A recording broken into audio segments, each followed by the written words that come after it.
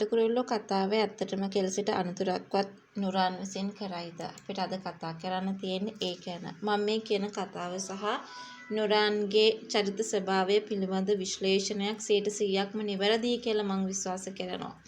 නුරාන් කියන්නේ සල්ලි වලටවත් වඩා දැන් ඉරිසියාව, ක්‍රෝධය සහ පළිගැනීමේ චේතනාවෙන්ම අන්ධ වෙලා ඉන්න කිසිම සදාචාරයක් නැති අන්තිම පහත් මනුස්ස. තමන් ආදරය කරනවා කියපු කෙල්සිවම මෙහෙම ප්‍රාණ අපකාරියක් විදිහට තියන් ඉන්න එකෙන්ම පැහැදිලි වෙනවා ඔහු කොයිතරම් නරක පුද්ගලයෙක්ද කියන එක.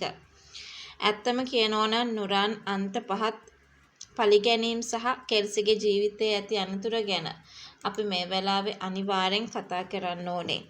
නුරාන්ගේ සැබෑ අරමුණ මුදල් පමණක් නොවන බව දැන් පැහැදිලි. මුදලටත් වඩා ඔහුට අවශ්‍යව ඇත්තේ කෙවින් ඇතුළු පවුලේ සැමට දරාගත නොහැකි රිදවීමක් සහ විනාශයක් ළඟා කර දීමයි.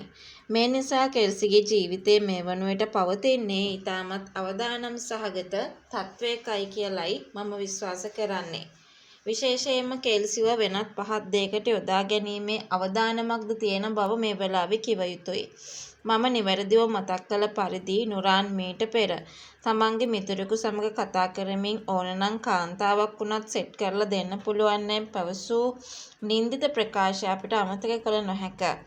තමන්ගේ වාසිය සහ පළිගැනීම වෙනුවෙන් කෙල්සිව එවැනි අන්ත පහත් අශිෂ්ට ක්‍රියාවකට වුවද යොදා ගැනීමට තරම් නුරාන් දරුණු සහ නරුම පුද්ගලයෙකු බව අපිට විශ්වාසයි. ඔහු ඒ සඳහා පසුබට වන්නේද නැත.